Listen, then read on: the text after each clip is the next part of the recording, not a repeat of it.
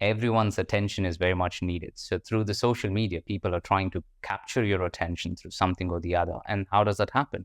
How does advertising happen? It's hypnosis. Why do people get hooked onto a particular brand? It's hypnosis. You like it, not just because of its ethics or whatever. It's how they present it in front of you, right? And that's hypnosis in a way, if you look at it. So constantly we are being hypnotized in one way or the other.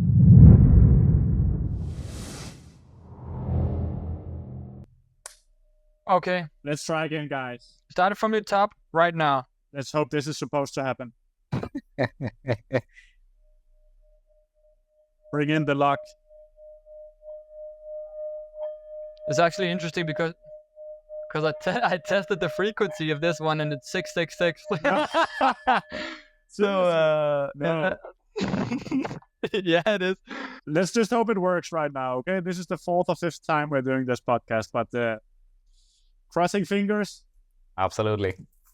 Jacob, you're doing the 5th introduction. Varoon, welcome. I've been looking forward to this one because Varoon, you're a great friend of mine, a very good friend of mine that I met in China, where you helped me understand meditation on a deeper level through your free or donation-based meditations. And the moment I met you, I knew that there was something special about you because you were helping people not only with meditation and with yoga, which is real yoga, like real old school or real Indian yoga with the chakras and everything, but you were also helping them with their problems in life. And you were talking to people and you were doing it for free. You were helping people with stress release and these kind of different things. So when I met you, I thought you had a special energy, and at the same time, you knew so many things about, the ancient, the yogic systems and the energy system and these kind of things. So I think it's super interesting for people to hear what you have to say and hear your story, because you also have a unique story. You're in Ukraine right now with your wife and helping people there. And you have a lot of techniques, specific techniques, which I think we should also try here. But yeah, I think if you could introduce yourself first and then maybe make an introduction and tell the people what you do and how you got to where you are. All right. Sure.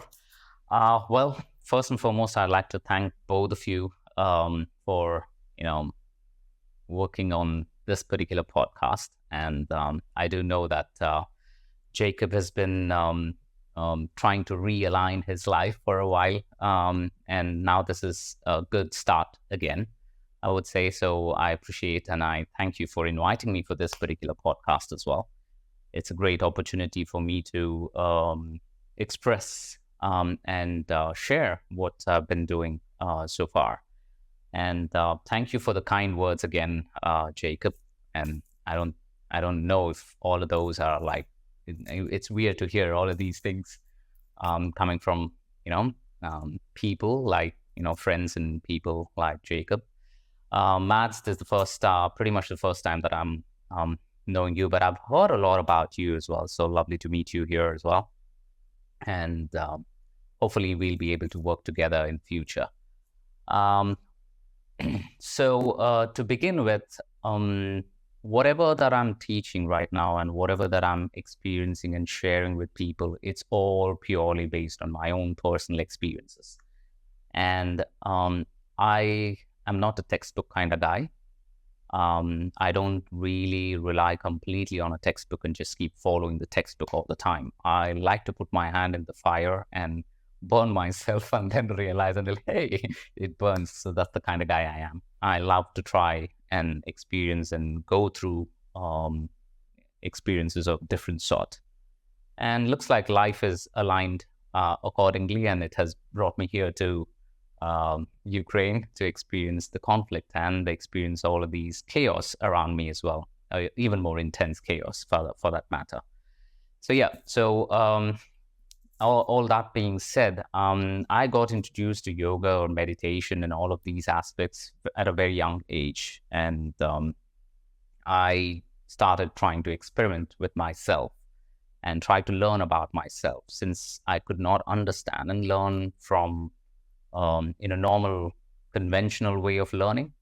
I had to do a little bit of, say, yoga to twist and turn to get myself to understand and learn about myself. That's basically how I got introduced to meditation. And that's where the journey started off at a very young age of 15, 16, I would say. The story goes a long way back, and it's a long story as well. I would like to keep it as short as possible with you guys. So I do practice a lot of self-hypnosis, affirmations, and techniques of sound healing, and on myself also, and then help others as well through that. What works on me, I try to work with others as well. And I do end up having a very analytical and logical understanding of myself and my mind and my emotions and my thoughts, basically. And that's basically how I tend to understand better and connect to myself deeply with all those reactions, and I help others. That's basically how it goes. So when you see the modern way of yoga in a fitness center or this kind of things, what is your thoughts about that? Because I know we've talked about it before, but what is your thoughts on that compared to the yoga you practice, and what's the difference and so forth? Yeah, and I want to add to that as well, Jacob. Sorry, but I have a similar question. So I also want to hear your definition of yoga. But I'm in a field right now, but where yoga is kind of misinterpreted, and I think you see it the same way, Jacob, where yoga is becoming a practice based on physicality, being in some kind of static position for an extended period of time. But I don't think that's how yoga originated to be.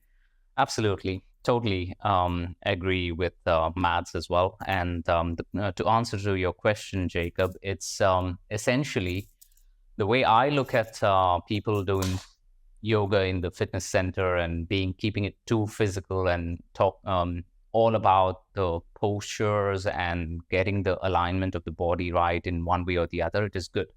But majority of the population will not be able to achieve those things. And hence, a lot of individuals are missing out on what yoga truly is, internationally, in other words, as well.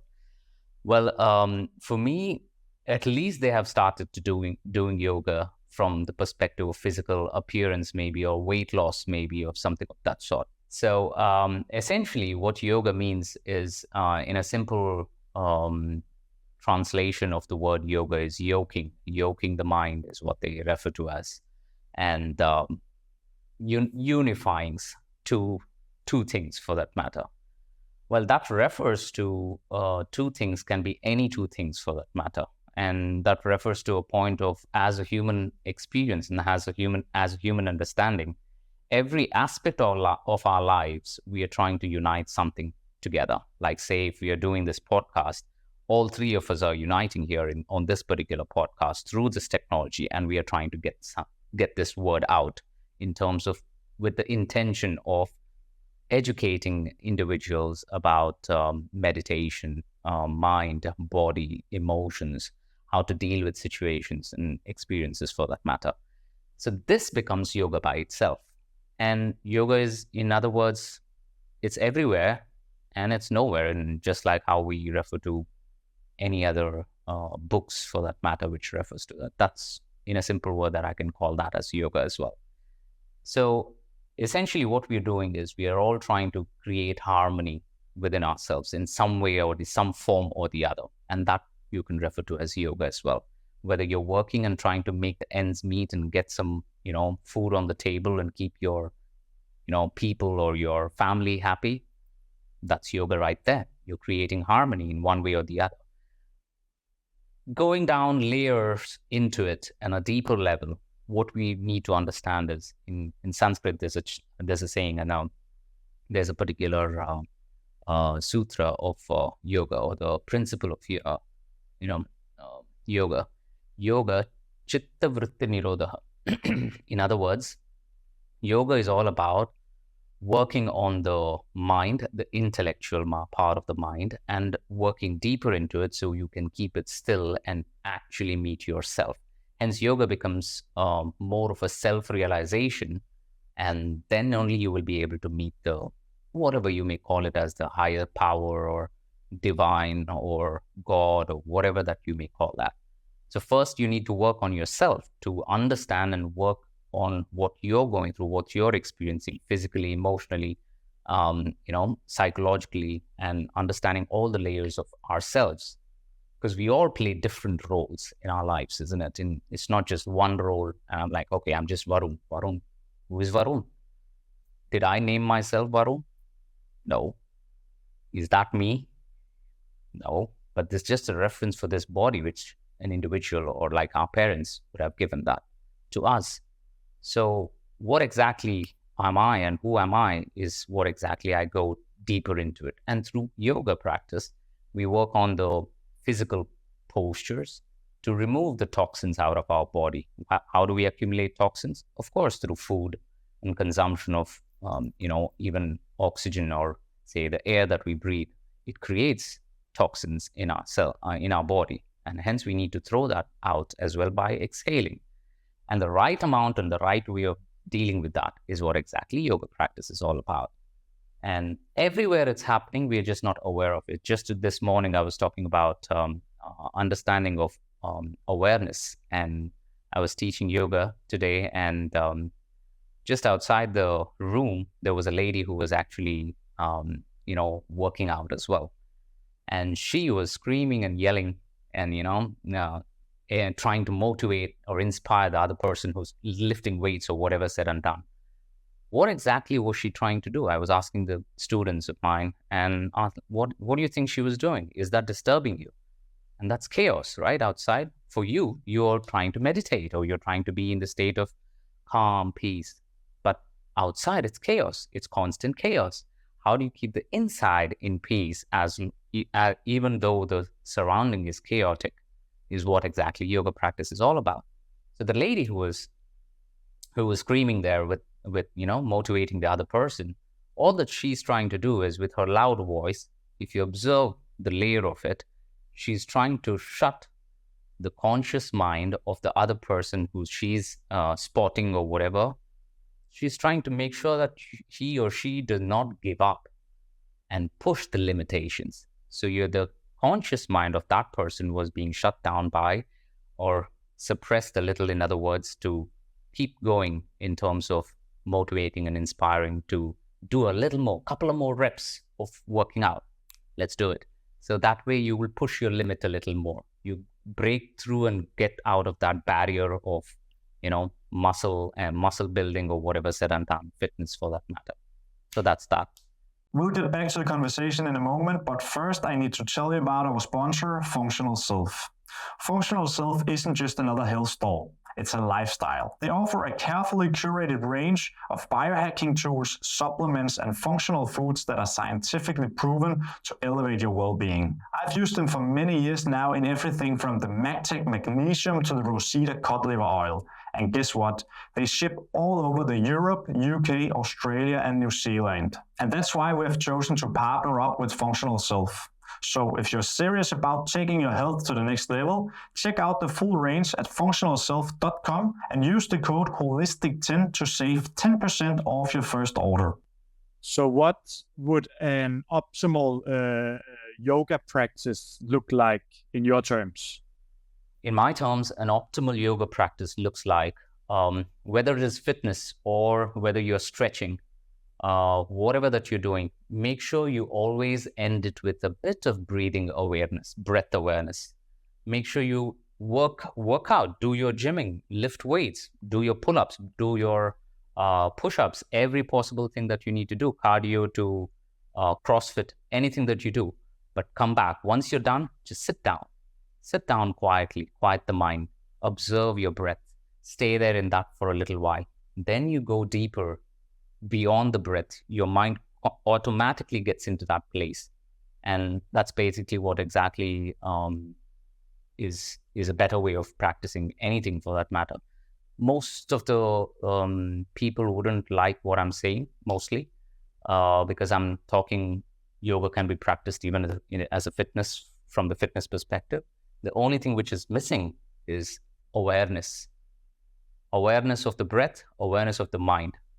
Being quiet the mind down and observe. Let the mind talk. Let the mind shit all over the place, doesn't matter. But you stay still. That's the point. You stay still, and that's the difficult part. Hence, people like to go on pump iron all the time, or they like to run a long time. And then the very next day, you need to get back again. You can't sit still. That's also, from the Ayurvedic perspective, it's also based on the particular kind of body that they end up having, or constitution of a body that each individual has. That's basically what it refers to as well. So when, for instance, you breathe and you become aware of your breath, what exactly, in your terms as well, is it that happens both mentally but also spiritually? I mean, we know that the brain frequencies and stuff changes, but I mean, how would you explain that? Like, what is that it does, yoga, when you do Let's that? see. First and foremost, yoga is incomplete without breathing technique or pranayama, and without meditation. It's incomplete. And the first level of understanding of yoga, we always talk about cleanliness, cleaning or detoxing the body. So there are different various kinds of detoxing of the body that we can do, and which is most religious approach also talks about that as well. You need to keep your body clean, you need to keep your mind clean, you need to have these kind of principles and blah, blah, blah, the 10 commandments and all these things are going to be there as well. And that's all going back to the first, principles of yoga, which refers to the yamas and niyamas, we refer to that as, where you end up practicing the cleanliness and how to detox your body. And the detoxing of the body will be happening through, say, the nasal cleansing, through using saline water and nasal cleansing, or some individuals end up using a little thread to move it through your nose and then bring it out of the mouth and then cleanse that. So the breathing should not be obstructed, and excessive mucus maybe, and all of these toxins will be removed out as well. And then there are different other techniques which we end up practicing, including the colon cleansing that people go to hospitals right now. This was done ages back. I've done it. Yeah. So Yeah, we don't have to focus on. Yeah, but focus. Keep on. yeah. So those are all being done well before you get into the practice of yoga itself. And practice of yoga begins from the cleansing itself. And when I look into it, I can openly talk about these things as well, also because I used to work for a Christian priest back in India. And that's where I had an exposure towards the Christian approach of it. And it was different. What do you say? It's a funny story how I got into going to churches and praying in the churches and learning about it, and started working with a priest also, for that matter. Since I was talking about the how I got into yoga and meditation, all of these things, I was working on myself. And these questions led me to a temple, and I started praying, or rather meditating there. I didn't know a technique of praying per se. All that we are taught as a child is to ask for something and you receive. That's basically what they say. Go in front of a cross or an idol or some sort, and then you just ask something and you'll be receiving whatever that you asked for. And that's the concept of Christmas is also pretty similar. If you're being a good boy or good girl, you get gifts on that period. So that conditions our mind to, work on ourselves. It's a way to work on each individual and layer the values from the system, or from the religious system for that matter. And it's a wonderful approach as well. Whereas me, I was going to temples to meditate, and I was banned to go to temples because I was meditating for 3 hours almost every day.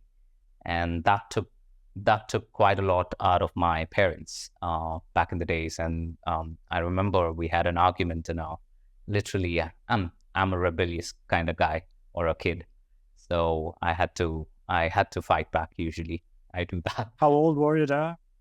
16, around 16. Okay, that was when you started meditating. Yeah. That's when I started meditating, and as usual. So what led you to that path as a 16-year-old? Because us Scandinavians, particularly me and Jacob, we've had quite a different path. You know, We did when something we were else, 16, we did something completely else. Yeah, we went partying and smoked weed and all kind of stupid stuff that Scandinavians particularly do. For me, what led me is my early, say, I think somewhere at the age of 13 or something like that. I was in deep depression, and I did try to hurt myself, and that's when I started questioning myself, and I had a lot of anger issues. That's again because I could not express myself when what I was going through, and my parents couldn't understand because I was not expressive enough. All that I could do is like, whatever. And then I would just outburst with anger or frustration because I would bottle up a lot. And that led to a point of like, hey, I just started questioning myself. And when I started questioning myself, that's when it ended up leading me to the path of meditation. And I was like, people say that if you go there, anything can happen. So let me just go to this place and sit there quietly, not think about anything. I'm just going to be expressing gratitude. I didn't even know that it was called as gratitude back then. All that I knew was I'm just going to,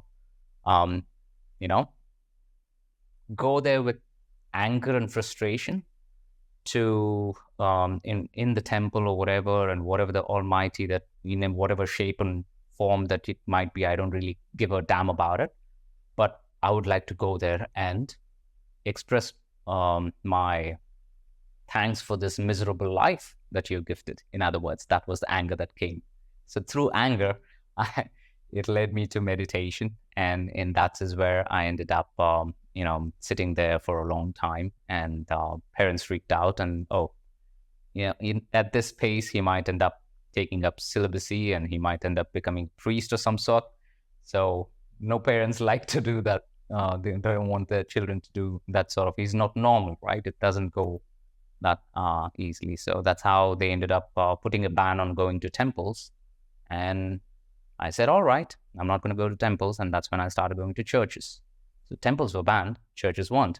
So I went to church. That's how it led me to meditation through church. And then it led me to a priest who I understood the concepts of Bible and reading through different approaches. I still remember when I was working, I was working for a priest called George back in India. He was, I think he was a Portuguese descendant of some sort. I ended up, working with him. He was about 80 years old back then, back in 2000, I would say 2000, 2002, between that time. So that's how I ended up learning more about Christianity. And that's where I started researching. All right, this is very similar to what others do in a different place, with a different name maybe, or different approach maybe. The concept might be similar. The core concept might be similar, but it's a different approach. And I started researching and trying to work on myself. And I was continuing to do whatever that any teenager or this one does. I used to party as well. At the age of 18 is when I started partying a little more comparatively. I hadn't tried weed per se and all that, only a little later. I think sometime at the age of 20s or late 20s is when I started trying weed, I guess. However, I've got all of those experiences as well. I used to drink a lot. I used to, experience all of these ups and downs of life, of joblessness and being miserable. All of those experiences led me to research more on myself, try to read a lot of documentaries and watch a lot of documentaries and understand from the documentaries what is what and what is not. And that's how it led me to understanding self-hypnosis, and I tried it on myself through different techniques. We'll get back to the conversation in a moment, but first I need to tell you about our sponsors, Nordic Kings. Nordic Kings produce the highest quality of organic grass-fed beef organ supplements. I've used their products for years, which provides me with so many bioavailable micronutrients that I don't need to take any synthetic multivitamin pills. So if you, like me, don't like the taste of beef organs, or you just need to spike your vitamin and mineral levels, Nordic Kings is a reliable and high quality source. And that's exactly why we've chosen to partner up with Nordic Kings. So head over to their website, nordickings.se/en, where you can save 15% off your next order by using the code HOLISTIC15. Can you maybe talk a little bit about this self-hypnosis? Absolutely. Well, hypnosis is something which is a very interesting subject by itself. And every individual is going through that, even in this moment, for that matter. As I'm talking, you guys are so engrossed in this conversation. That itself is a hypnosis, in other words, how the mind works, and it's captivating, right? And that's basically what every other social media company is trying to do. You know, I just read somewhere the biggest commodity which is being traded right now is attention. So everyone's attention is very much needed. So through the social media, people are trying to capture your attention through something or the other. And how does that happen? How does advertising happen? It's hypnosis. Why do people get hooked onto a particular brand? It's hypnosis. You like it, not just because of its ethics or whatever. It's how they present it in front of you, right? And that's hypnosis in a way, if you look at it. So constantly we are being hypnotized in one way or the other. When we have a conversation with an individual, maybe just like how we are having right now, or how we were as we were growing up, the things which we were listening to, things which we were exchanging with friends maybe, and you get inclined towards one kind of approach, and you end up get hooked onto that thing until you come to a realization, oh, I did a lot of stupid things. I need to get out of this. Okay, you make a choice. Most of the people will not be able to come to that awareness. Hence, I say yoga is all about being aware. Whether you're doing fitness, then you come to your awareness. You're doing any work, you bring your awareness to that particular aspect of what you're doing on a daily basis. And that's basically what it is. So hypnosis is, interestingly, I went through a few documentaries about it and a few techniques which I learned how to do that. And the beginning stages of hypnosis is all about bringing your attention to one thing.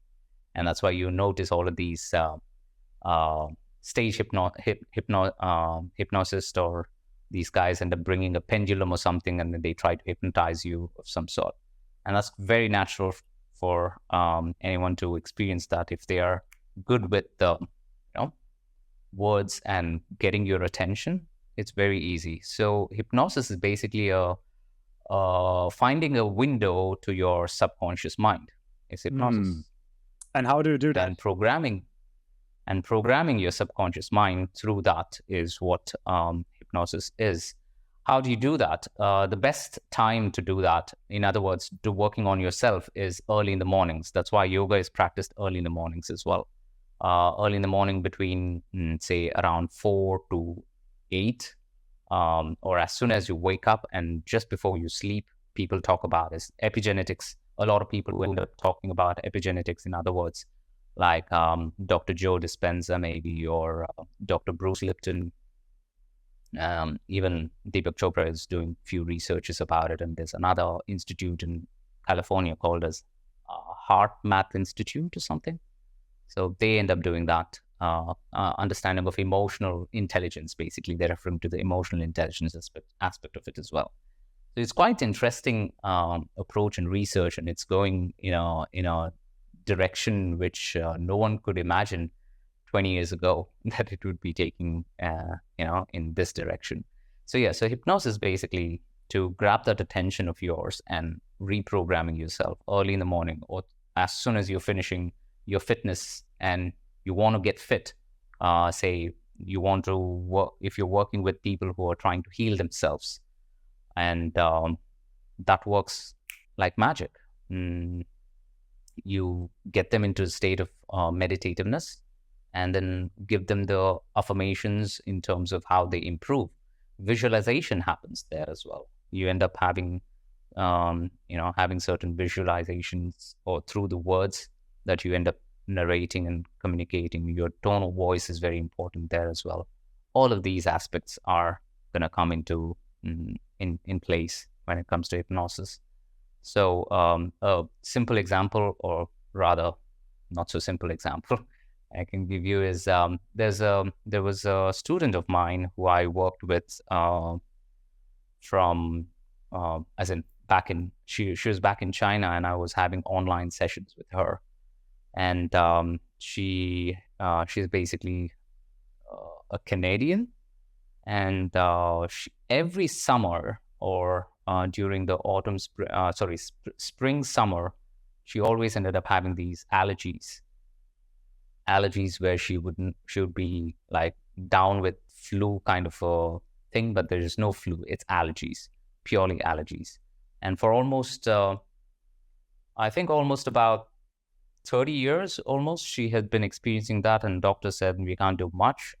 If it is too extreme, then you have to go take a shot in the hospital or something like that. So when she attended my session, she ended up having these allergies, and I asked her, like, hey, what's going on? And she gave me an explanation of what is happening, and I go through this every year. It's normal. So I said, okay, let's try something different today, and we'll do this. And I gave a certain breathing technique for her to practice after a little bit of not so vigorous yoga postures per se.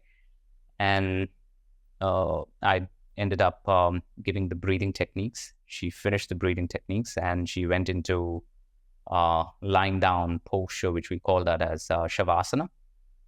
And I just did the Yoga Nidra approach, or the hypnosis approach, where I ended up having a conversation with her, and I just asked her to heal herself.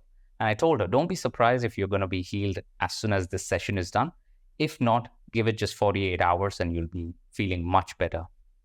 And I told her that I'll be logging out of the thing, and you just need to wake up yourself normally, and whatever that you experience, you just share with me. And to my surprise, this is the first time that I ever tried on her. And to my surprise, she came out of the thing after about an hour. Like, she had a good, nice sleep or a nap. And then she ended up getting out of it. And she messages me, what the fuck? She asked me, what the fuck? And I'm like, I'm sorry, what's happening? Everything all right? Let me know what's going on. If there's anything if my attention is needed. No, Varoon, this is ridiculous. It defies all of these, whatever that people talk about. There's no symptom of what I'm experiencing anymore. And I'm like, okay.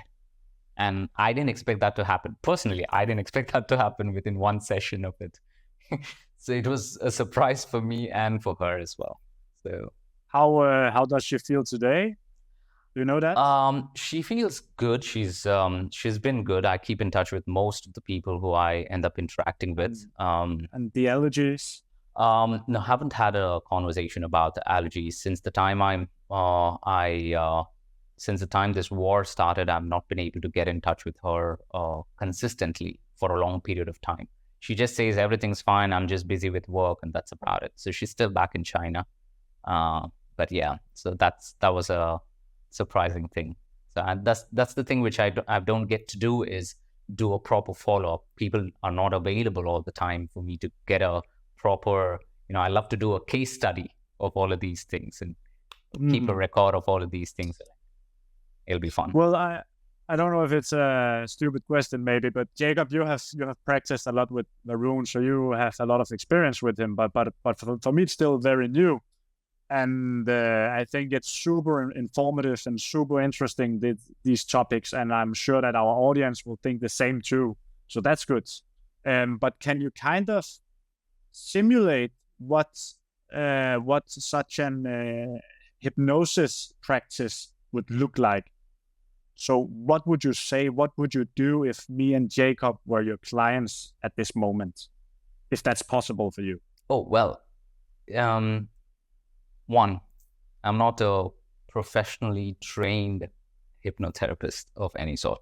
No. Two, Doesn't it matter. depends on what exactly you're trying to achieve, and we need to build a relationship. In other words, we need to have a conversation for a little longer as well. That gives your conscious mind to trust me as well, and that's basically how hypnosis works, right? And how people who end up doing these.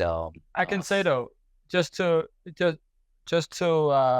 I mean, I've tried something similar with Varoon actually, and I didn't want to break in when you were talking before, but you remember when we did the chakra? I was doing a chakra thing with Varoon, where every week we would do a new chakra. So we did yoga for one chakra. So for instance, you would do the root chakra for 2-3 hours on the first week, and then the next week you would do the next chakra. So 7 weeks in a row, we would do it every Monday for a couple of hours, and it was completely different yoga. Like we would only stay in one position, and it's like it would be an hour meditation before.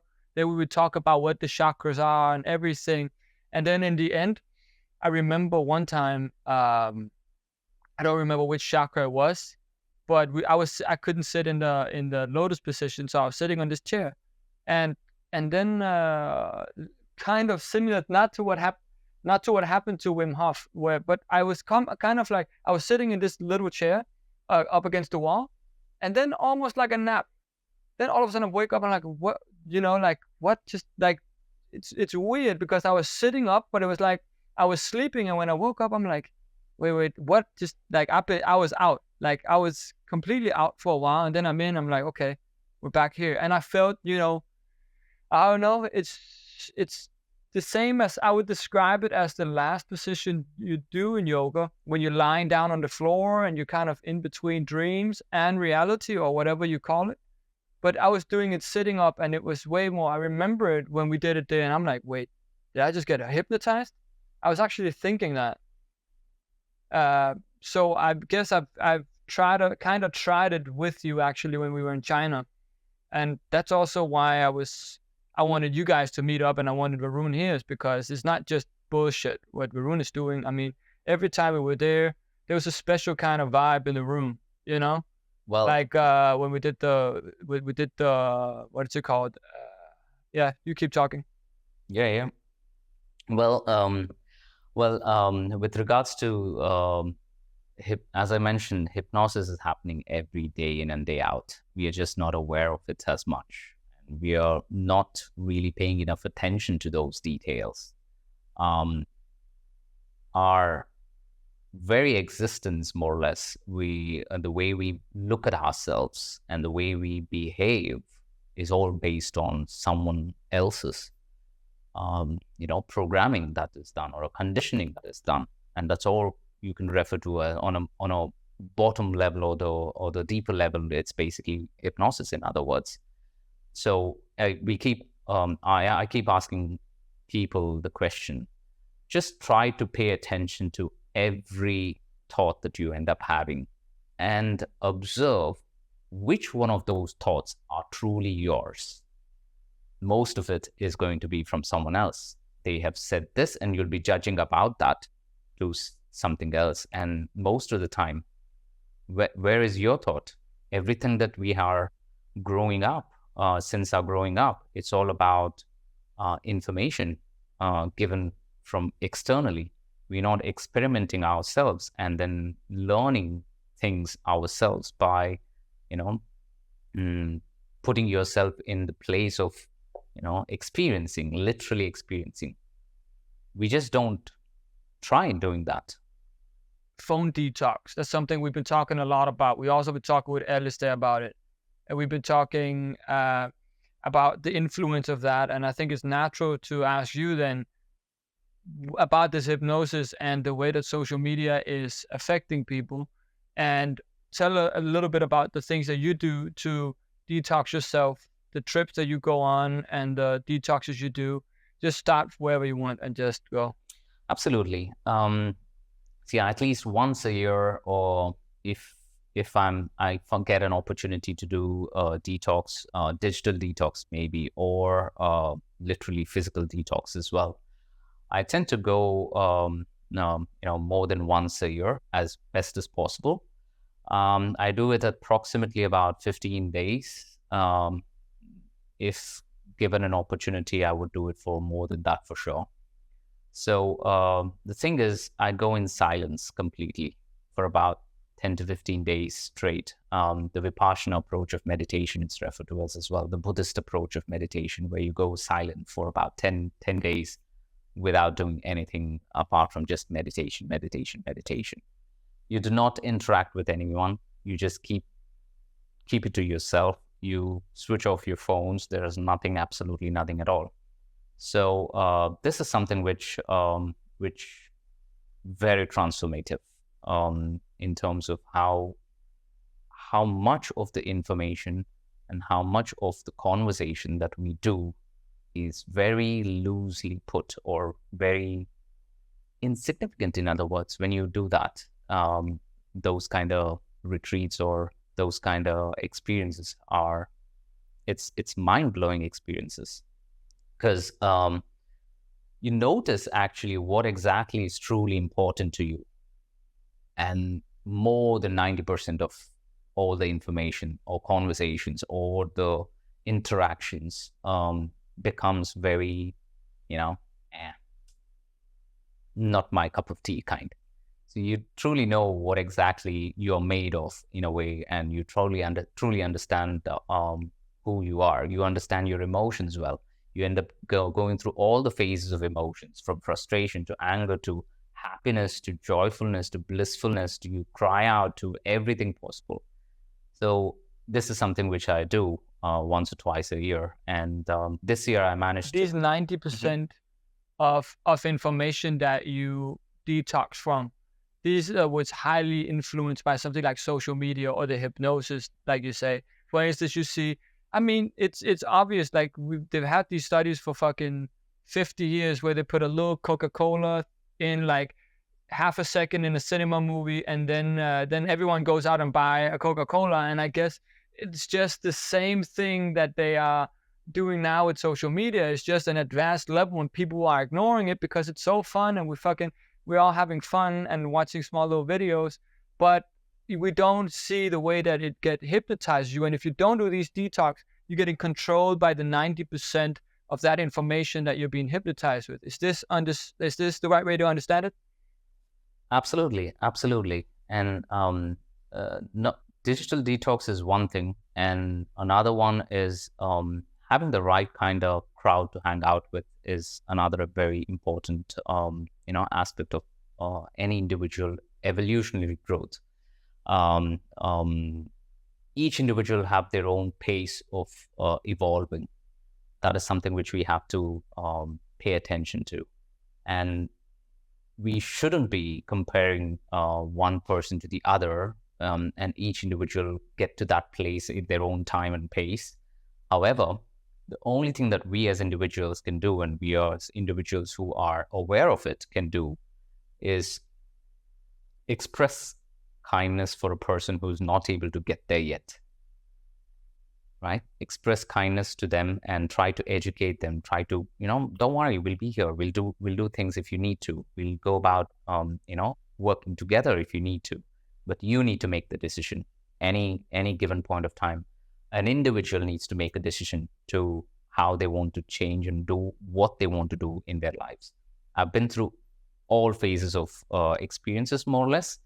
From being depressed to hurting myself or trying to kill myself, to going through different relationships and breakups and divorce and everything for that matter. I've been there and done that. So as I mentioned, I like to experiment with my life.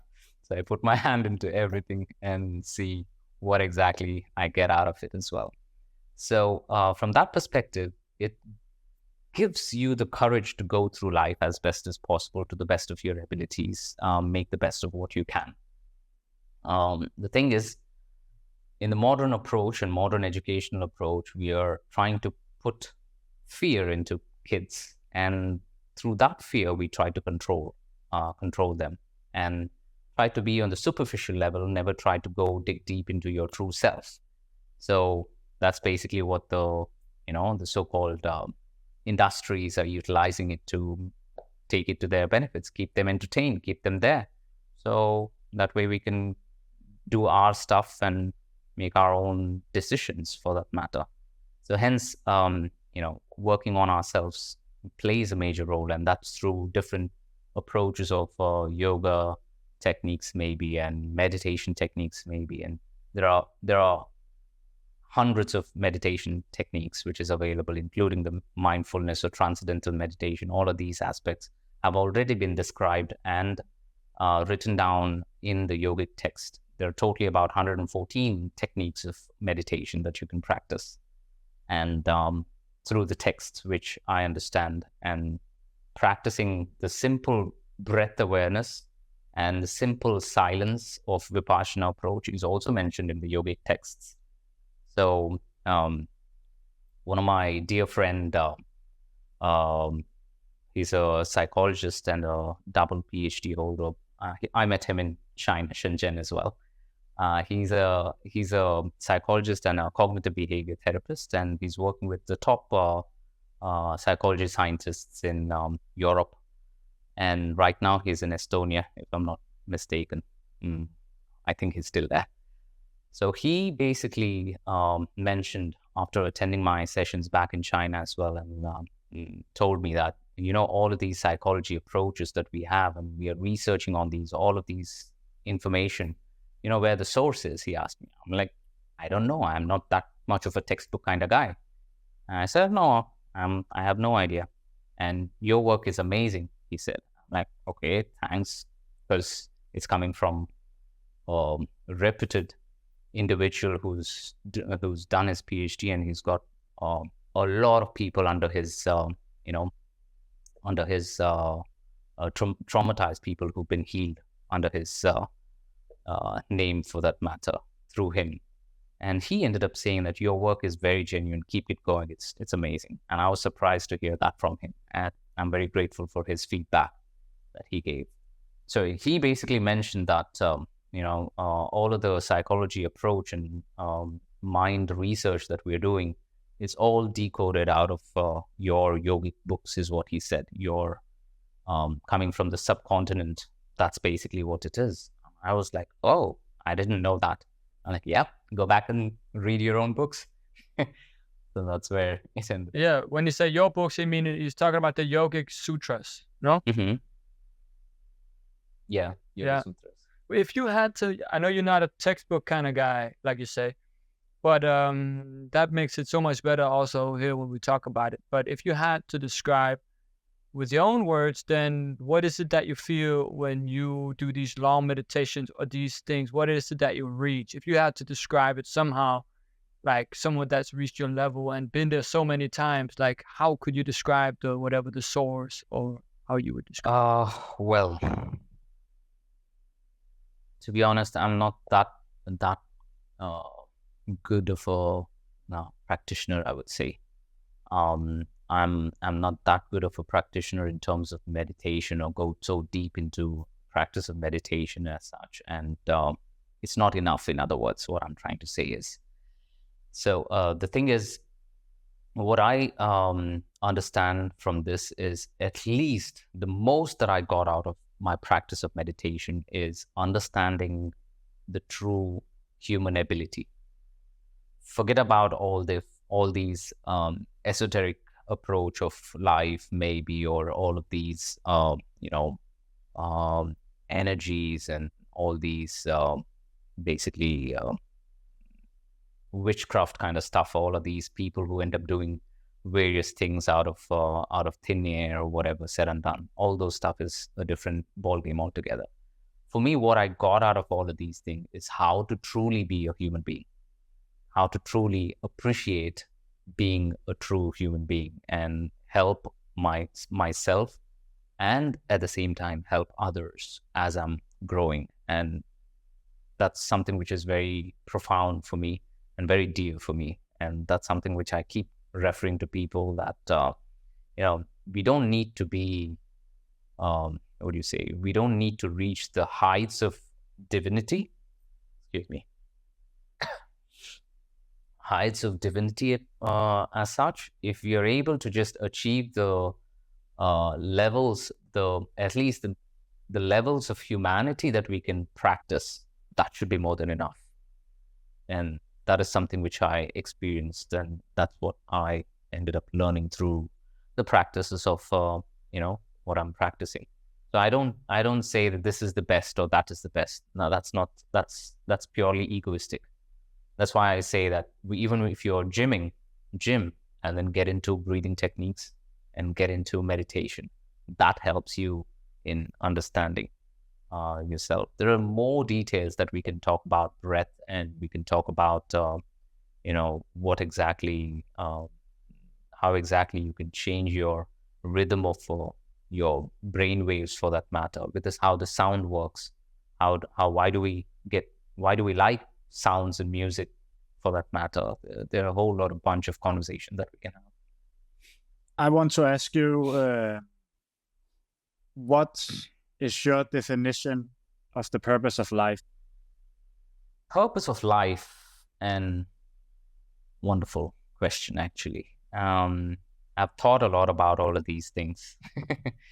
The purpose of life is experience, purely experience. Don't get too emotional.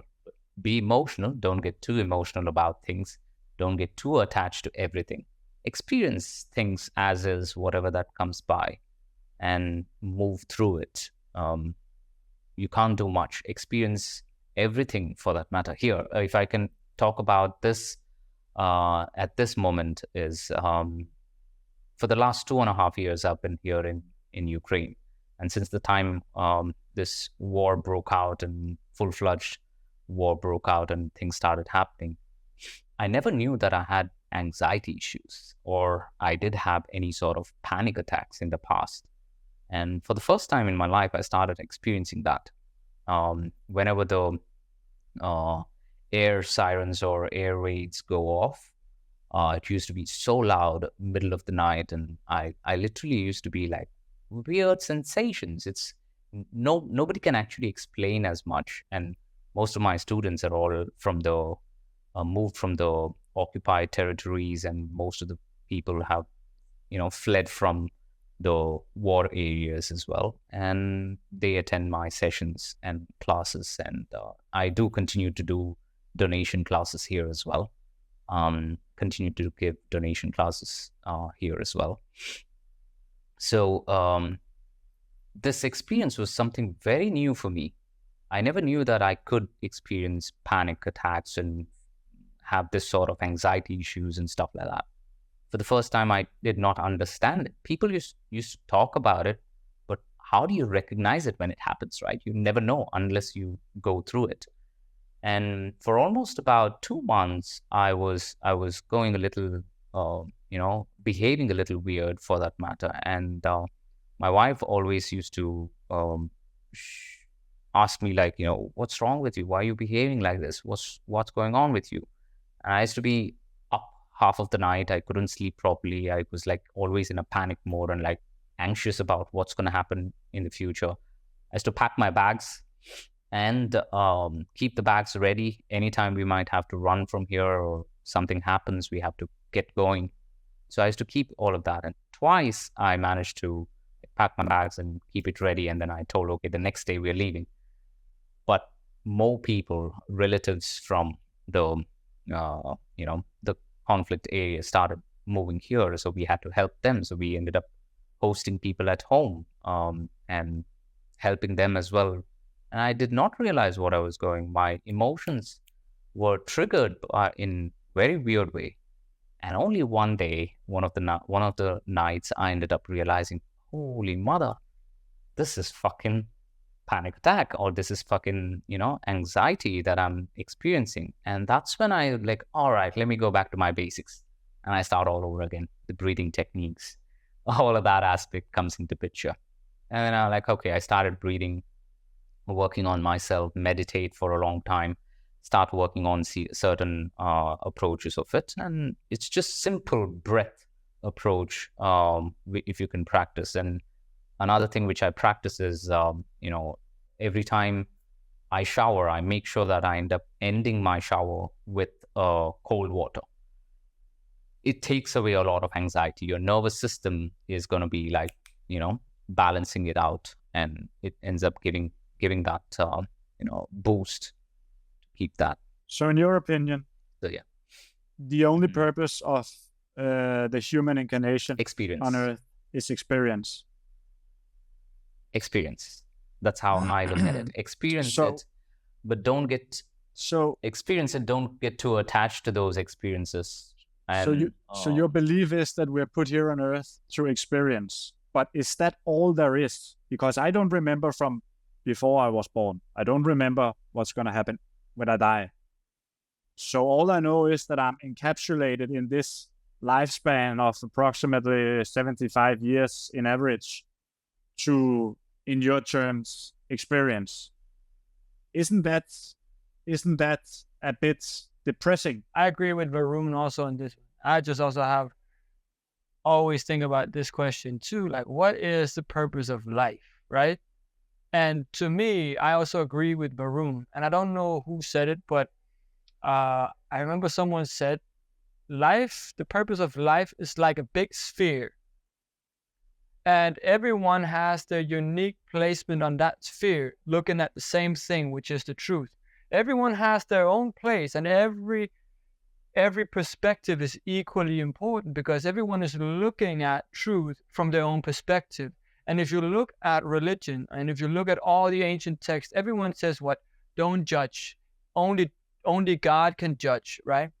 There's no good and evil, and there's only balance between black and white and female and male and night and day and all this. All of the ancient text says the same thing. Don't judge, and it's all about balance. And so we're too busy. Yeah, I think we can all agree on that.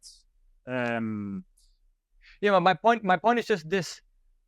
My point is just this, that if you have all of these, if it's only about balance, it's not about focusing on everyone else, it's about focus on your perspective. You cannot make wrong decision. Every decision you make is your experience, and you have to, appreciate and be grateful for that experience, because that's all there is. Yeah, but from a pessimistic perspective, if everything there is this lifetime, then why should we give a fuck about anyone else but ourselves? You know what I mean? If this is all there is, why should we find purpose? But think of an apple. Why should we find purpose in pleasing others? Think of an apple. Right? You have one tree, and it becomes, this is one of the things I remember I was thinking about when I was little. You have a tree, and it grows up, right? And from that tree, you're going to have 500 apples. 500 apples. And at one point, these apples are going to drop. When that drop, is it dead? Or is it becoming a new tree? Do you know what I'm saying? From that perspective of that apple, there's only a slight second where it's going to be dead. And that's the moment it falls. Because before that, it was a part of a bigger tree. But after that, it becomes its own tree. You get what I'm saying? But the new tree is never going to think, well, I was an apple, right? And the apple is never going to think, I'm going to become I think that's a great way to put it. Do you get what I'm saying? And in those terms, it would mean that humans experience some kind of reincarnation. There is a possibility. That's the thing which we need to be. That's the thing which we need to, focus on. Possibility. There are a tremendous amount of possibilities, man. And that's where exactly experience comes. The reason why we are here is to experience all of those possibilities as well. But whoever that has experienced those possibilities are not really here to express those, or not really here truly to show us the past life of theirs and the present life of theirs at the same time. That ain't going to be happening in this aspect of life per se. So from a pessimistic approach of life is just for about experiences, I agree with him as well, with Mads as well, that from a pessimistic approach, yeah, it is how you can look at it. However, the experience of us as humans, again, who called us humans first and foremost? We named ourselves humans, isn't it? We are Homo sapiens, humans, in other words. We call us human beings, we are most evolved human beings, or whatever said and done. Then if such is the case, and we are the most evolved species on this planet, when the tsunami happened, why were more humans killed, and why the animals were still running away? Aren't we supposed to be saying that, oh, we are dumb? We think that we are very intellectual from that perspective. Maybe, again, this is my perception, maybe because we have this thing called communication that we developed. We are able to voice our opinions out as words, but animals are voicing their opinions out as well without words. And they're able to communicate with each other without words as well. And each individual is able to do that. And it's amazing how the animal world is. I'm deeply connected to animal world for that matter also, because all that I used to enjoy my time as a child, and even now for that matter, is get on to Discovery or National Geography, and then sit and browse through all the possible documentaries that I could do, and watch and go through it and learn about it. And I used to work as a volunteer, or a wildlife rescue volunteer, back in the city that I come from. So I've been bitten by all sorts of animals as well, except for snakes, God forbid. So yeah, but I do love snakes, and I play around with them wherever I find them. But gladly, I'm not been bitten by them. So, but the rest of the animals, yes, from monkeys to squirrels to everything, I've been bitten by. So basically, life itself, for that matter, is all about experience. Experience as us humans, who we refer to as, and we call ourselves as humans, and we call ourselves as the most evolved creature on this planet. Then we just need to work on our human ability and bring it up to the mark of human ability, expressing ourselves through kindness, compassion, love, respect, acceptance of other people and other people's perspectives. That's basically what experiences gives us. Traveling gives us experience. Interaction gives us experience. That's how I look at it. Do you see any positive outcome for the human species during the next 100 years? Absolutely. The most, or the least to say, we'll at least know how stupid we are. So it's a positive outcome if you look at it, right? How we can keep a balance in the nature, and work it all out, is something which we can understand, and we can take control over our actions in a better way, and learn on how we can deal with and change policies of the world, of the governments, and try to work on that as a unified one organism on this planet. As humans, we have a lot of abilities to change here on this planet, and the ability to bring back life in different forms, for that matter. We are even able to clone animals, and for that matter, there are people are growing human organs in a lab. So it is capable. We are capable of doing all these things. It's just that our intentions are not there. But something has to happen.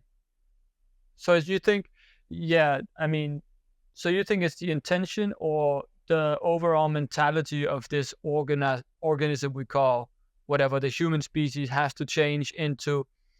I don't know what it really is, but to me it seems like profit is what drives everything. And if there's no profit, well, there's no reason, right? But if it's profit, it's all about utilizing. So what mentality do we need to get now in order to create balance back? The mentality that we need to create to balance things back. One, we need to work on ourselves, in understanding ourselves. To begin with, we have enough food on this planet for humans to sustain and survive, but yet people are going hungry, right? And people are starving and dying. We can create that balance, but we are not choosing those things. We are investing money in trying to research on a virus which was not even there, and we ended up getting that virus out. Whereas we could have put that investment into the part where we could probably, uplift humanity in terms of giving at least the basic necessities so that they can start working on themselves. So again, that is not economically beneficial for most governments, maybe, or industries or companies for that matter, since we are driven purely from the perspective of economy at this point of time. That is going to crash also sometime. It is already, we are already witnessing that people have lost faith in money, and people are trying to look for other sources, and they're not able to find much. So they start looking inwards. They start trying to engage with people and build communities. There's more number of communities that is built now from the perspective of equality and from the perspective of acceptance. From all approaches of it, you notice more number of communities being built. Whether it is I'm talking in terms of in terms of equality, in terms of how you can exchange as a human being, as an interaction with each individual, and we build communities who would have the like-mindedness to accept the other person as they are, and they start building those kind of communities and identifying themselves as a particular community and work on. Do you think?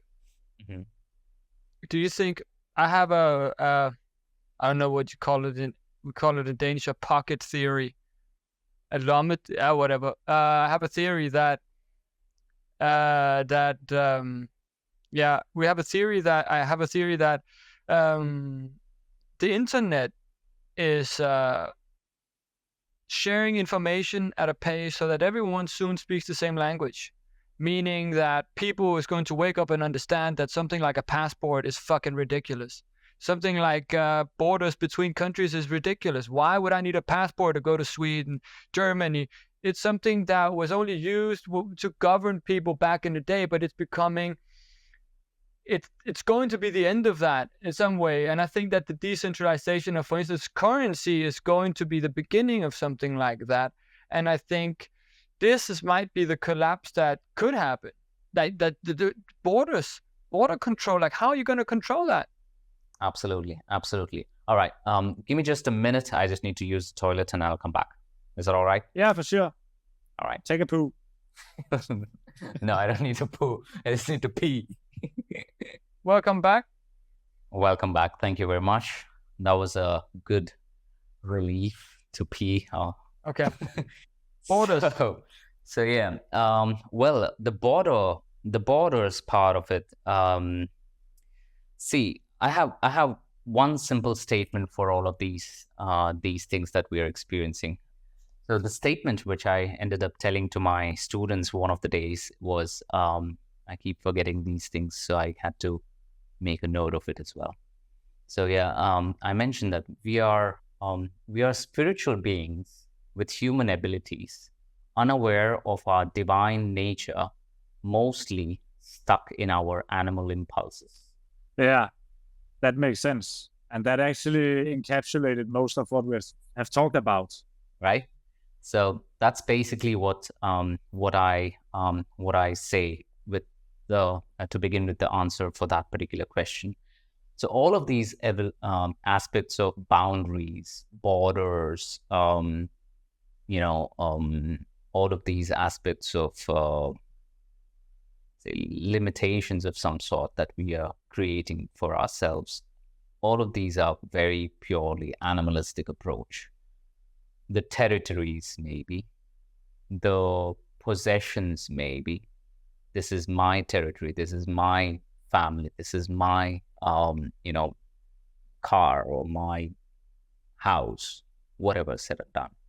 All of these, any animal does the same. It marks its territory as well, and it says, and it fights for it as well. And that's basically what's happening if you look at it. So are we really evolved when we look at it from that perspective, though? Why exactly all of these, military build-up is going on? The muscle build-up is happening. It's still coming from the very basic level of animal approach to flex the muscles of who's good and who's bad, and to show that I'm better than you, or I can conquer or take over something which you own or you possess. But nothing truly belongs to us, isn't it? There is this amazing, beautiful movie that talks about nature and the ability of spiritual and divine, and the nature and the aspects of it.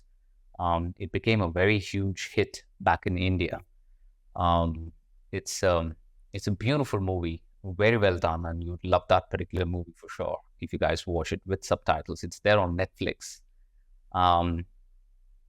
It's called Kantara, Kantara. I'll send it to you guys after we're done.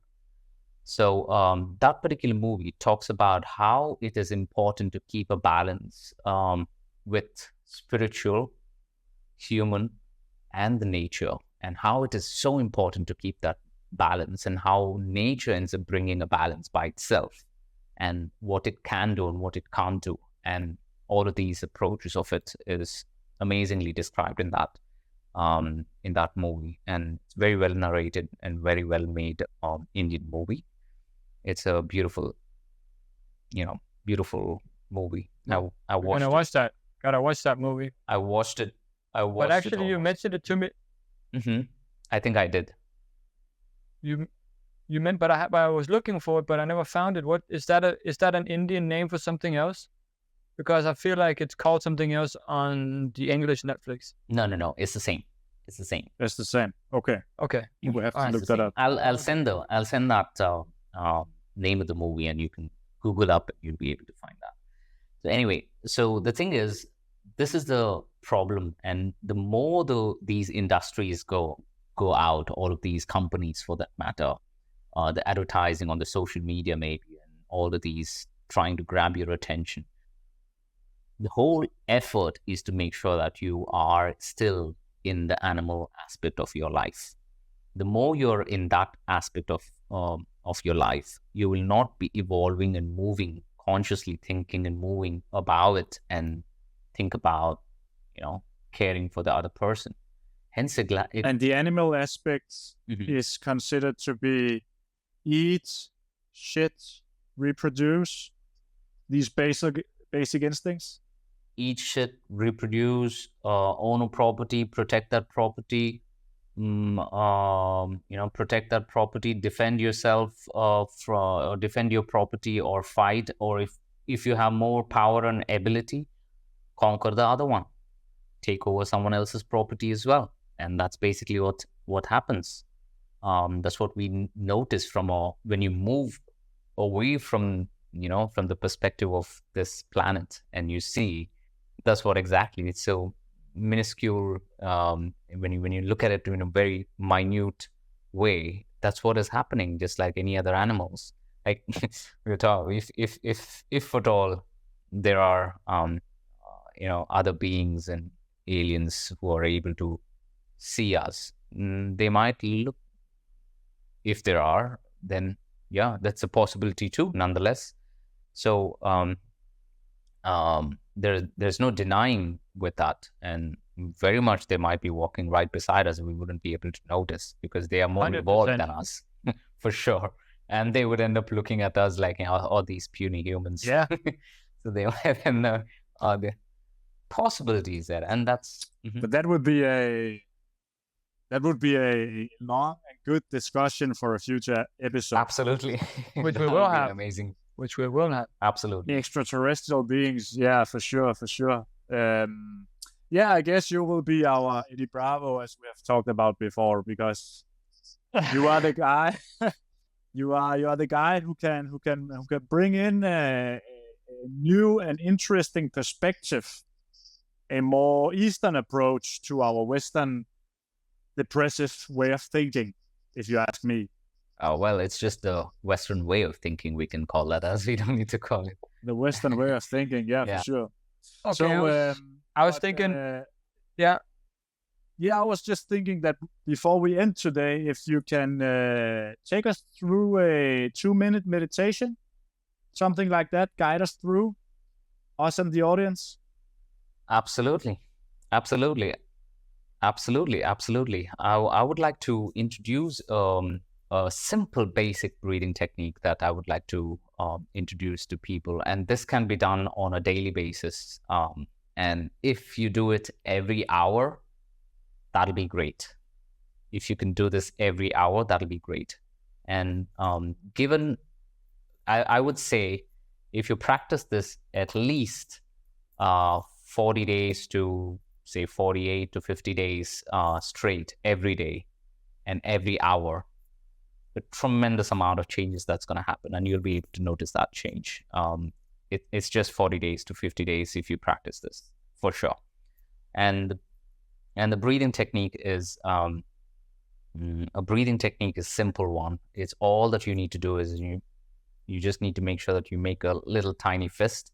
Don't need to make a proper one, just a little tiny fist. Keep it a little relaxed and open your palm a little, yeah? And place your hand, this hand underneath your left armpit, and just hold it there gently. Keep your other hand, palms facing on your lap, on your knees. That's about it. And just close your eyes and start breathing and focus just about 5 breaths every hour. This would do the trick. 5 breaths every hour on this side and on the other side as well. Just go ahead. Keep breathing. Stay focused on the breath. Observe the breath moving in and out of your lungs.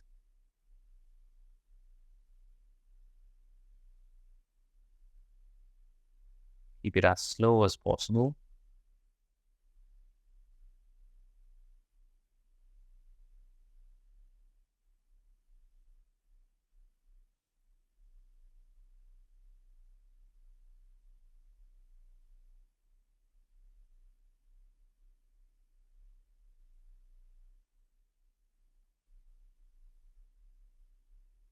One last.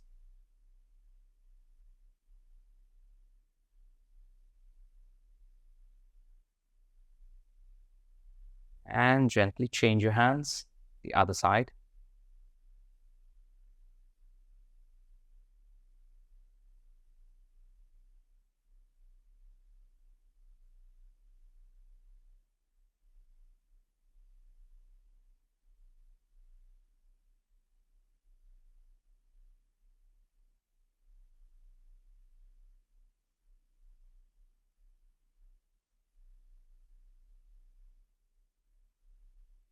One last.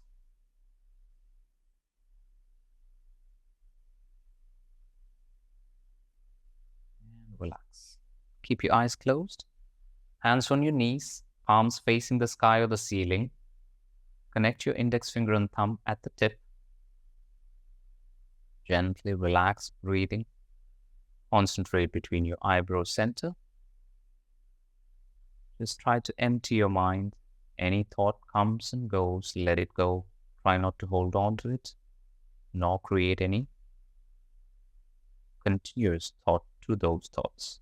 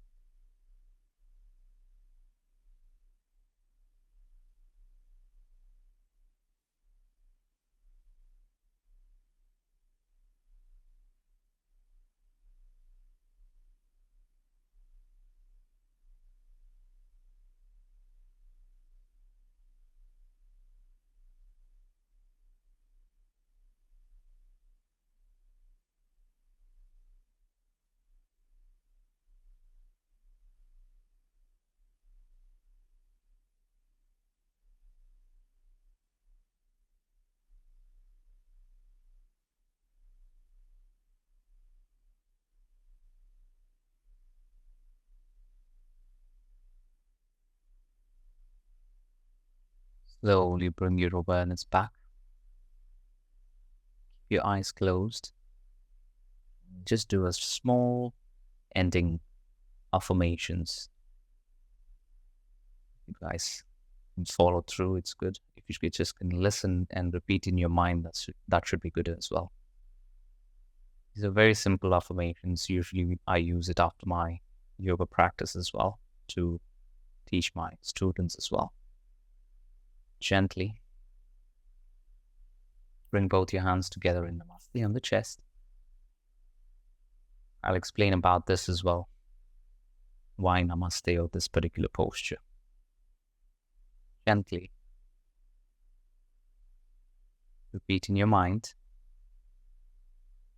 I thank myself for giving this opportunity of learning about myself.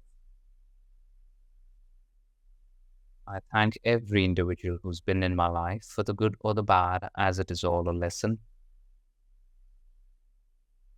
I forgive myself and others for hurting me or hurting others intentionally or unintentionally. I let go of all the negative feelings, emotions, thoughts that I may be holding on to against myself or against others. I free my mind, I free my heart, and I free myself from all the limitations, blockages, fears, and insecurities set by myself or set by others for me. I thank my parents for the life they've gifted and the teachers for the teachings that they've taught. I appreciate every individual who's helped me when I needed the most. Express gratitude to them.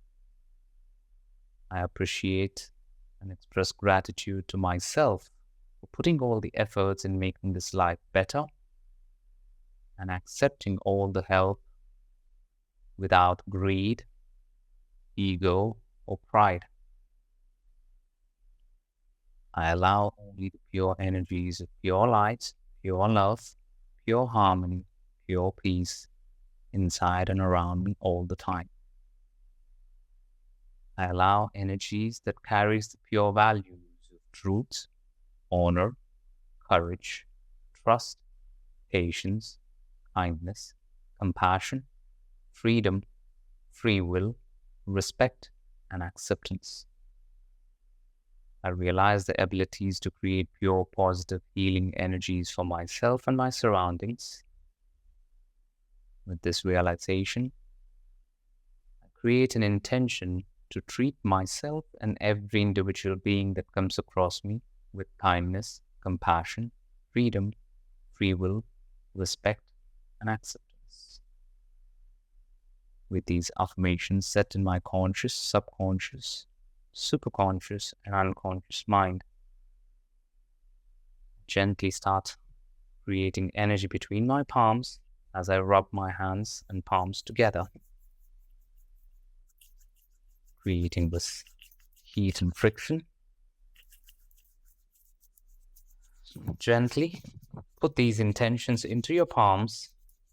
Gently place your hands over your eyes and wherever you need healing on your body. Gently bring your hands right in front of your eyes and slowly open your eyes. Take a look at your palms.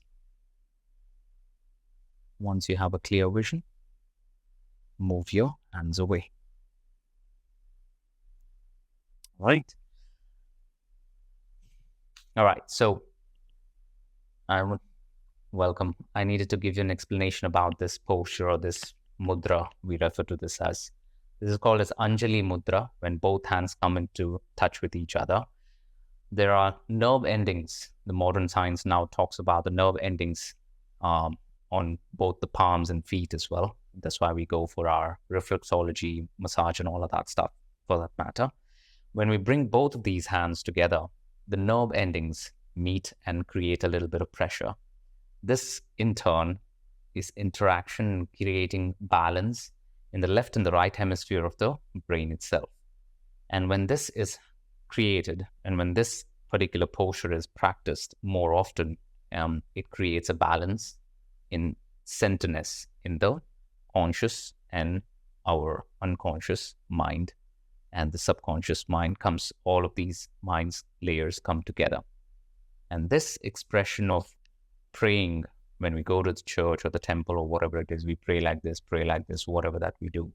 This creates the balance in your, your central nervous system.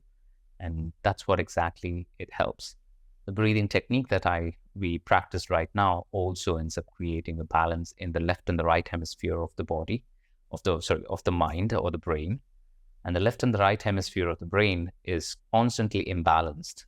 Naturally, it is imbalanced. Also, it ends up, that's why the yin yang keeps going around. We keep referring to that aspect of it as well. So when we go about creating this, it creates a balance. When we go about breathing while the hands are under the armpit, you observe the breathing also, the breath, where it goes in the corners of the lungs. You'll be able to observe the specific subtlety of the breath, where it reaches and how it reaches, and how your brain, which side of the brain is actually getting oxygen and getting stimulated. You'll be able to observe that as well.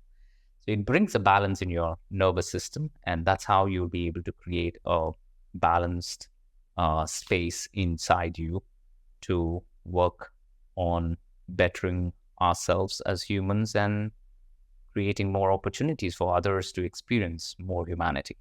That's about it. For sure. That's why every other religion ends up going about doing this. And that's how it is. It's all science. Yeah, it makes total sense. Makes total sense, yeah. Thank you so much for the representation, Varoon, and pleasure. Thank you 1,000 for your participation in this episode. I think it will be absolutely. I think it will be appreciated amongst our audience. Thank you. You're welcome. We'll do more in the future. No pressure. For sure. We will, man. We will. Yeah, thank you, brother, for coming on, and we'll talk again soon. Absolutely. And hopefully by next year I should be able to meet you guys in person. Who knows? For sure. We will arrange that. Yeah, I'm working on getting the visas as well. So we will see how best we can go. Great. All right. I'm looking forward to see you, man. Yeah, for sure. All right. Me too. Thank you. Take care. It was a wonderful conversation. Thanks, man. Sure. Thanks. It was. Namaste. It really was. Namaste, and have a great night, Varoon. And stay safe in Ukraine, okay? Absolutely. Take care.